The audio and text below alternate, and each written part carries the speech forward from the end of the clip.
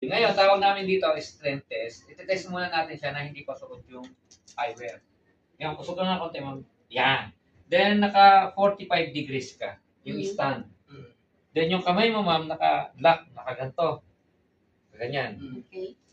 Then, baba mo lang, relax, ma'am. Ngayon, iti-test natin yung lakas mo. Ma'am, ano mo to, ma'am?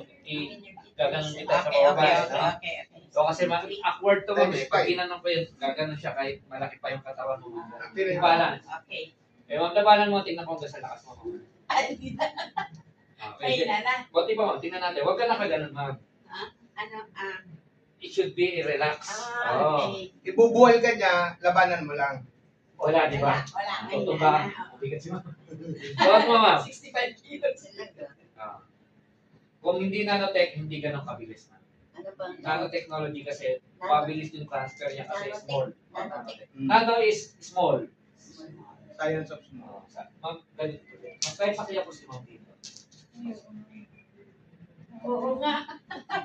Sobrang balance niya, no?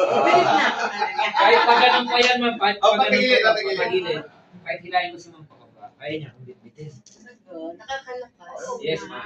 Kaya nga sabi ko,